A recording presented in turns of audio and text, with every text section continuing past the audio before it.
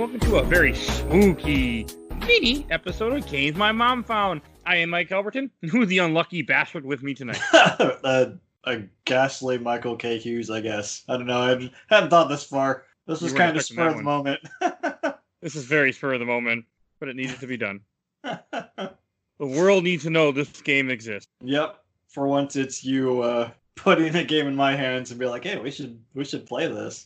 So I'll introduce what this mini is going to be about. We're playing a very unknown spooky game called Night Slasher. It was an arcade game only, never came to America till very recently, and it is made by Data East. You know, guys that made Captain America. It's more relevant. Well, that's one of the best games that they ever did. Yeah, it's more relevant for our show, since we reference it constantly. Welcome to Die. No, sorry, wrong game. But for those that are like, what the fuck is Night Slashers? You are correct. So Night Slashers is a horror-style beat-em-up in the style of Final Fight, Streets of Rage, your normal beat-em-up game. But this time, you're not fighting thugs. You're fighting zombies and werewolves and vampires. Oh my, it is strange. It sure is. Each stage gets progressively weirder, and I had to keep stopping and like, Mike, what the hell is this game? But for anybody curious, you can play it on Switch. Yeah. It is out now on Switch for, what is it called, John? It's something strange. Johnny Turbo? Forget. Yeah, I think so. We come with all the facts and we can... We are highly prepared. I want to say Johnny Turbo. Yep. Yeah. Why is it called that? I don't. This originally came out in 1993. If you didn't say that, I can't remember. I don't remember either. So, I mean, like in many beat-em-ups, this is a game where 1 to 3 players, which would have probably been cool because this game kicks your ass. So I can see that. Mm-hmm. And for those that, and one thing interesting, I do have a question for you, Mike. So what character did you play as majority of this game? Whenever given the option, I play as girl, so I played as girl. Hong Hua? Sure. She's the speedy character of this game. Yeah. Because, I mean, like all beat-em-ups, you have a strong, you have a medium, and you have a fast character. Strong, slow, naturally, medium. Yeah. I played as Christopher. I think Christopher's. Yeah. I figured you were going to play as the guy with the cyborg arm. I tried. He's too slow. Okay. Yeah, I can't do the slow in beat-em-ups, I always go for the middle character. Makes sense. It's just kind of my style for these types of things. I had actually played this game last year or the year before. I can't remember. I have it written down, but I didn't look because, that makes sense. So I knew this game existed. But, you were in for a treat, weren't you? Oh, man, I had no idea. Those screenshots for that Switch version did not do this game justice. Like, seeing it in action is just something to behold. Hey, the sprites are... Hey, this game has a story, too. Apparently. There is a story. There were words that came on the screen and say things. There were Japanese characters in the screen, but... Oh, not in my version. Well, yeah. So it actually has a story. Something about survival, and you're in a house, and humans are dying, and zombies are overtaking the world. Yeah, that checks out. There's a whole story to this game. I mean, we're not here to talk about that, because neither of us paid attention. No, I can't read Japanese, so... I had an English patched version. Oh, there you go. That's probably easier. Yeah, yours have been on there for a while, though. So you have three characters. They all have some kind of, like, storyline. Like, one's American monster hunter and all sorts of stupid crap. But the idea is that the world's been overrun by these monsters because some portal has been opened. But honestly, no one cares about the story. It's not why you're playing a beat-em-up. No. So it's just the weirdest game. Like, it starts off like any horror thing. You have to start in a hospital. Oh, yeah. And that's what this game hits you right away. Like, it starts off, the first levels, you're in a van running over zombies until you crash into a glass wall. Like you do. And right away, the first sprite you're going to see is a zombie spitting out something, and everything is gory and bloody, and zombies are missing arms, and it's a perfect horror game. It really is. Like you started to say earlier, the sprites are really fantastic. Like the way the zombies kind of either fall apart or melt or whatever. It seemed like every enemy had multiple animations they could go through when they die. Yeah. They also can, like, there's parts of elevators that just drop off more zombies, and zombies can go in the ground for some reason and then just sit there and you can kick them. Like, it's a very gruesome looking game. I'm watching it right now as we're talking. Yeah, I didn't figure out that attack. You, like, at least with the girl character, you could jump and hit down and attack, and you just kind of like stomp them into the ground and then you can kick their heads. I never did that. It's pretty entertaining. Like, it even worked on most of the bosses. That's cool. I mean, it's really unique, and I feel like not enough people have ever even heard this game existed. I had apparently heard of it and then completely forgotten about it. Yeah, this will stick with you though. Like I said, I played it once before, and then here I am playing it all over again. I did not expect to sit down and play this all in one sitting today. Yeah, no, I didn't either. I mean, I know you were and then I remember one of the comments you made, because as you're playing this game, like any beat 'em up, you'll find healing items throughout the game, and in this game, it's food. And I said, in like this game more than any other beat 'em up, I would not eat food that's lying around because there's just blood and guts and viscera flying everywhere. It's like, nope, no, thank you. I mean, this is a really unique game. Actually, I mean, you have clear all attacks that you can do that cost health, of course, because to beat 'em up. I mean, it's very unique, I would say, and the fact that it never came to I don't think it ever came to America till recently, until Johnny Arcade on the Switch a couple years ago. Yeah, I would imagine with all the blood and gore, it probably didn't pass censors even back then. Well, I mean, well, no, we're okay with gore. We just don't like sex in America. Sex is a scary one. We don't want our kids to see a nipple, but they can see blood and guts, but no nipple. As much as they censored Splatterhouse, like they would have had to been doing double duty for this game. Yeah, I agree with you. Just like the first boss you come across is a mad scientist riding on a gurney, just eviscerating a zombie. Just standing fully erect, just slicing the zombie's chest open. Oh, and this came out in the Johnny Turbo version came out in 2018, by the way, for anyone curious. Oh, so it's been around for a couple of years. 2 years at this point, $8. So if you like what we're saying, you can play it. It's worth checking out. Maybe not for $8, but. So you were saying about the mad scientist before I cut you off? Yeah, he's just standing on a gurney, riding the bed, slashing open a zombie. It's like that's the first boss you're introduced to. It's like, oh, it's gonna be one of those games. It is one of those games. Yeah, because then you beat him and he just melts. It's like, okay. Yeah, it's strange like that, but then it brings you immediately into the second boss, which is Frankenstein. Frankenstein Blanca. He had a lot of electricity attacks like Blanca. Also, my fight in my playthrough had no music. Why not? Mine did. Okay, that's just my copy then. My version. Yeah. I think it's safe to say neither of us were playing the Johnny Turbo version, were we? Yeah, music cut out every now and then, but it's fine. When it did play, it was super cool. It's not bad, and after you beat each boss, you have like a little storyline comic book panel looking thingy where you're fighting Dracula at first. For some reason, you're chasing after Dracula.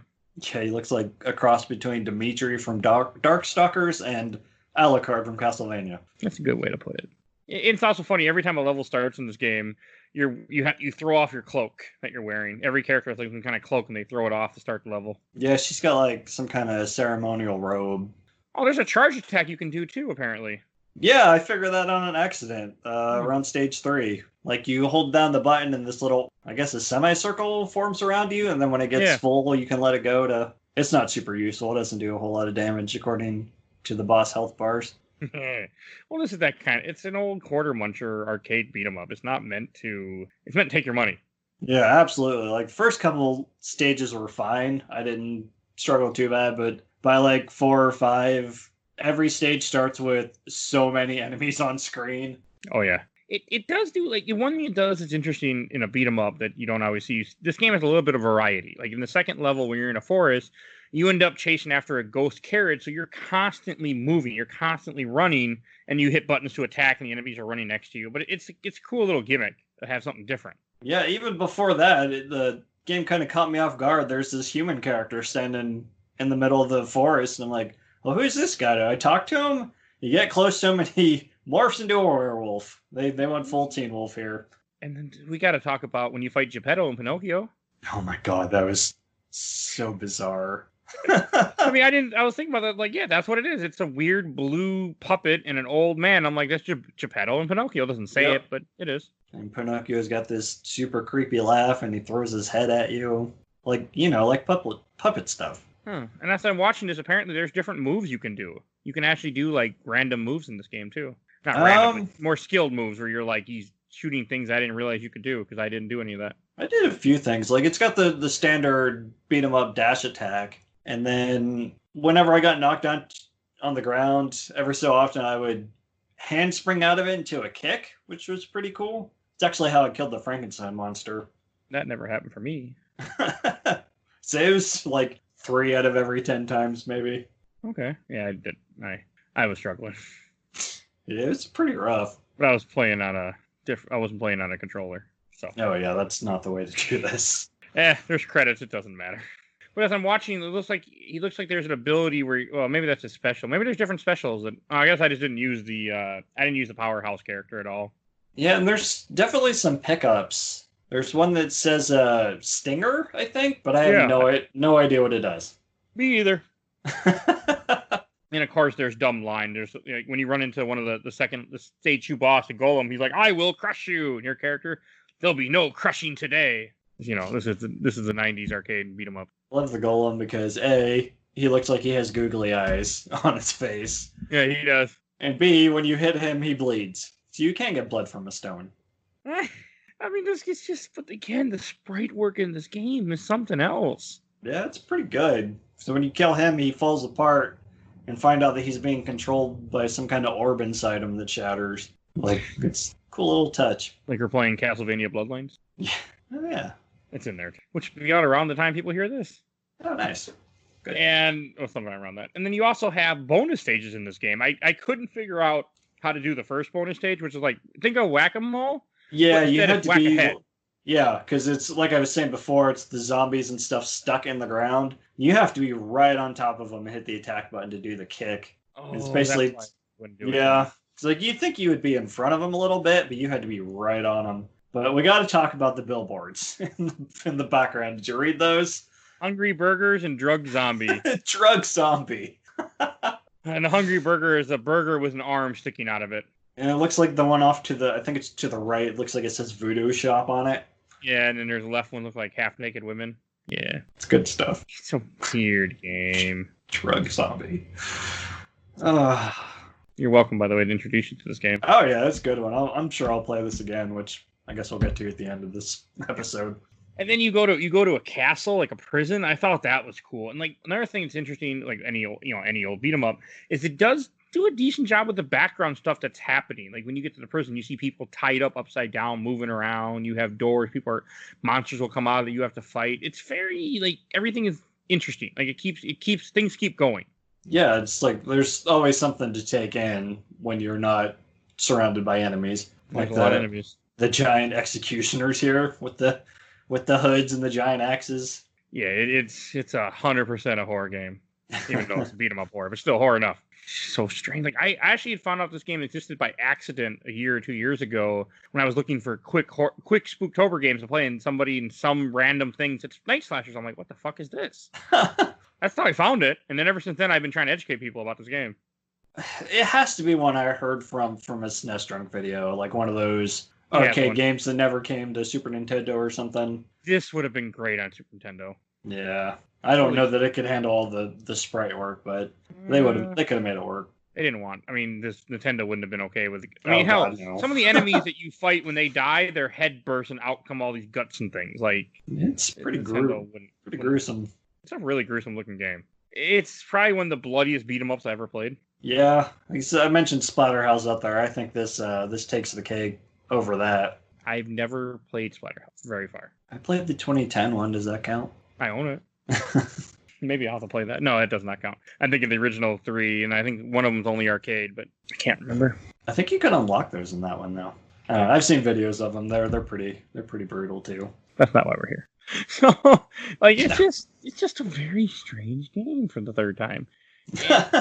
Like one part you go on an elevator, which is kind of cool. Well, yeah, because it's not a beat 'em up. You don't have at least one elevator sequence. Yeah, and you fight enemies with like a green hockey mask at one point, so more horror references. And I'm watching this guy play it on YouTube who's like not even getting hurt at all. It's impressive. I got beat up all the fucking time.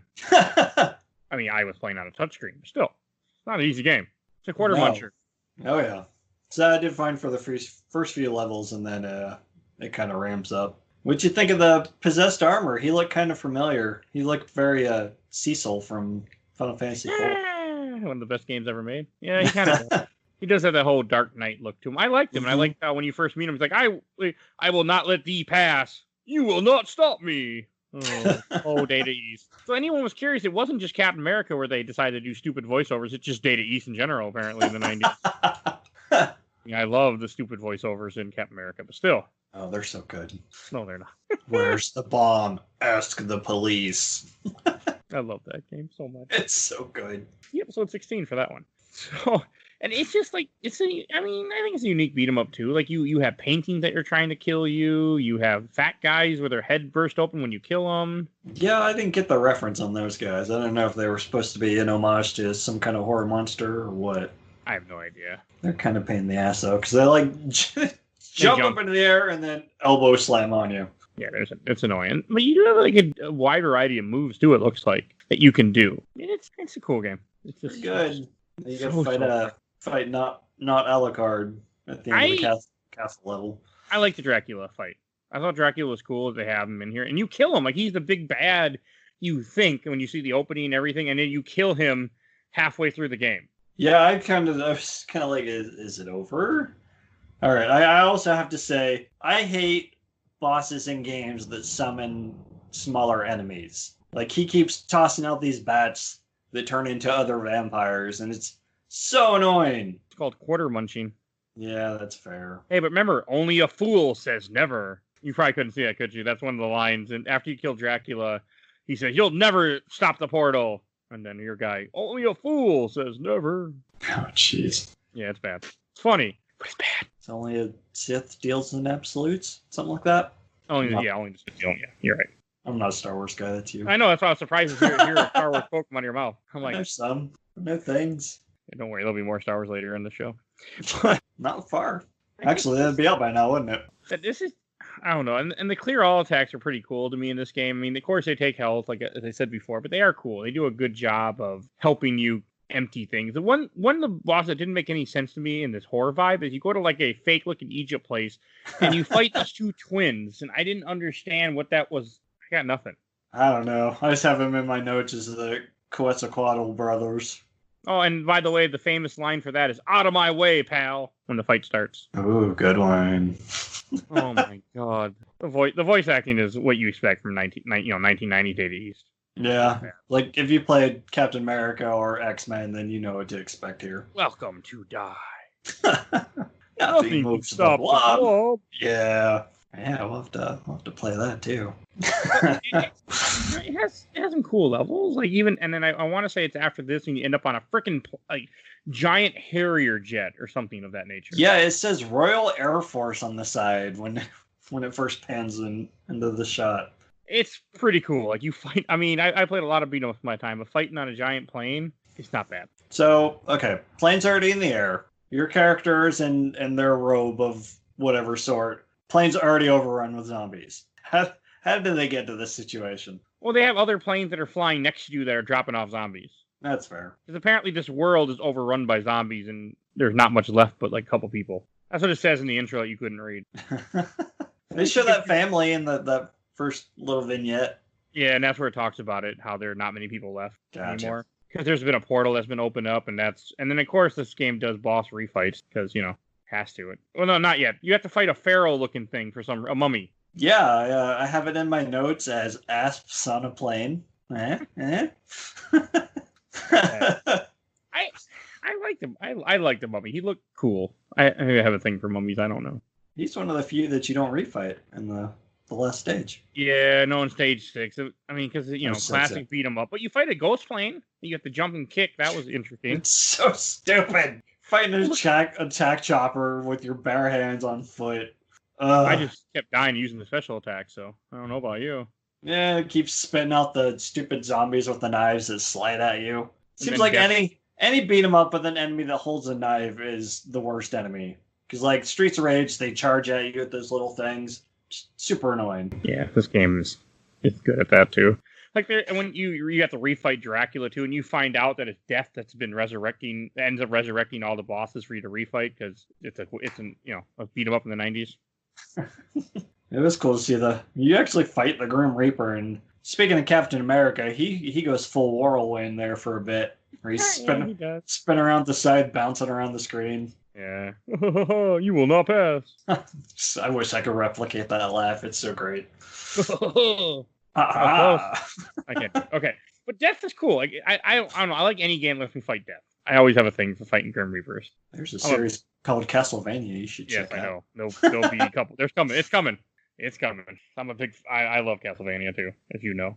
Oh yeah, me too. I don't know, and it's just again, there's not a whole lot more to say about this game other than you fight death, and then you end up in some weird like underground lab, and then you fight a giant like robot demon. And even before that, like there's a bunch of enemies on screen, and then like Mike said earlier, an elevator door opens and more enemies pour out, and then another elevator door opens and more enemies pour out. It's just absolutely meant to take all your money. It's insane. I kept dying over and over. I mean, that's what these games were at the time. They were quarter munchers. But yeah, and then you get to the last boss, which is some kind of demon robot possessed by the Ghostbusters librarian ghost. Not accurate, but close. It's pretty close. Look up screenshots. I'm not far off. I do like how the final fight in this entire game is you running with fire in the bottom, and you're fighting like half a robot floating in the air trying to hit you. Yeah, you got to do the Metroid escape. It's what they call a load-bearing boss. You kill the boss and everything explodes. And boy, does it explode. It's like a freaking nuke that goes off. And then you get a weird little ending where it shows like little vignette shots of them, what they're doing. But it's different. This ending looks different than what I got. Yeah, I figured it was going to be different for each character because mine was the girl in like a sundress reading a book and some dude comes up and is like, hey, I got a ghost problem. Okay, it was different. Mine was Jake where he just goes off to be on his own. That's boring. Yeah, and then the other guy, and the big guy goes gambling. Okay. I was wondering why. I'm like, why? I don't remember gambling. I remember Christopher or Jake, whatever the hell his name, being off on his own in some cabin. Like, what the hell? Yeah, there's different endings apparently in this game. That's kind of a cool touch for an arcade beat 'em up. I wouldn't expect separate endings. You didn't expect this game to exist, or to be entertaining in a very bizarre way. Yeah. Oh, in the Japanese version, the blood and gore is uncensored, red blood instead of green. But in the overseas version, there's an option to adjust the blood color. Oh, yeah, mine was all red. What was mine? I was playing the Korean version now. So we got to talk about the go arrow. Did you notice this? Whenever you stand in one place for too long and just does the classic beat 'em up, the little arrow pops up and it says go, telling you to move forward. And then it flips over and it says to hell on the back. Oh, I didn't see that. Oh, yeah. It's like, wait, what? That's cool. When I first noticed it, it just said to hell. So I thought it's like, okay, go to hell. But then the second time it actually says go and then flips over. That's cool. I did not see that. Yeah, it kept popping up even while I was still fighting enemies. So that game really wanted you to get through it. I wanted to get through it too. It's pretty short. It was like maybe half an hour. It's a short little game. It's not much. As long as you got the like $20 you need to get through it. It's pretty brutal. I mean, that's just what games were at that time. Yeah, especially in the arcade, because no one knew what they were doing, so they were like, hey, we'll just make these to get all your money from you. I'm just glad to know this game exists in a way that you can buy it nowadays. Yeah, that's pretty cool. You don't see that very often. I guess the D&D beat-em-ups got re-released on PS3, but stuff like The Simpsons, I guess. Yeah, that came out once, and I bought it on 360, but good luck finding it now. Yeah. It ain't coming back. No, probably not. It's like the Scott Pilgrim game. It's probably gone forever. All right. Any last things to say about this game before we move on? No, I don't think so. I think we covered it pretty well. Me too. There's not a whole lot to say. All right. I think we'll go on to Shelferbach. And since this was my pick, I'll go first. This is a game that again, it's Spooktober. We needed something to play. And I'm like, and this just kind of hit me. It's just one of those games that not a lot of people know it exists, and people should. Because it's strange and makes absolutely no sense. So you should play it. People should play it. It's gonna go on the shelf. Will I play it again? Yeah, I've beaten it twice now in 2 years, so probably. Do I want to? I don't know, but I'm sure I will again. It's just one of those games. Yeah, I could see popping it in for every Halloween just to run through it. Like we said, it's a super short run through, and you got some kind of replay value. You can see the different endings. So I think I'm going to put it on the shelf too. Okay. Like that sprite work is something to behold. So if you don't feel like playing it, at least check out a YouTube video. You gotta see this thing. Yeah, you should. I mean, I don't know if I'd recommend paying $8 for it, but I am very happy to know that out there somewhere people can play it. It exists. Yep. That makes me happy because there aren't a lot of games that are from this time that I make it to some device that you can play it on in current gen. Right. There's so many games that are just lost to time. I'm glad that you enjoyed this weird ass thing that we found. It just kept getting weirder and weirder. I'm like, okay, we have to talk about this. The people have to know. Oh no, I've ever since I played this game the first time, and we made a podcast episode about it now. I will always be telling people, play this game if you're in the mood for a weird ass beat 'em up during Spooktober, because there's so many people that when you get in October are ready for spooky stuff. They want to play spooky games. Well, this is a spooky game, all right, in some sense. Yeah, in some sense. I mean, I wasn't scared, but I did get tons of gore and tons of blood, and I just stomped zombies in the ground, so close enough, right? Yeah, it's definitely got gore and stuff in spades, so if you're into that, or if you like Splatterhouse, check this out. Yeah. All right, I think that's all we got, so I think we should go to some plugs. First, I want to say if you enjoyed this episode, and listen to all their other spooky episodes that we got coming out this year. And also, we got Spooktober episodes from last year that we did with more horror, so if you're in the mood for some horror, definitely check those out. I know I say it wrong. I also want to say that if you like this, we also do MC. We're currently going through all the MCU movies, and we have tons of regular game episodes to check out, so definitely listen to all those. We have comic episodes that we do. We have more minis that we do, just like this one. We're a short, quick, little dose of nostalgic goodness. Definitely check those out. If you like our intro and outro, courtesy of Bobby, a.k.a. Mike Stoney from his EP Bite the Bullet, Songs the Cool Kid Squad. And if you want to help out the show and you enjoyed this episode, tell somebody. Tell your friend. Tell your enemies. Tell anyone. Let them know that you enjoyed Games My Mom Found. We always can use more listeners, help us do more with this show. All right. I want to thank Mike for joining me, and thank you guys for listening. We will see you all next time. Bye-bye.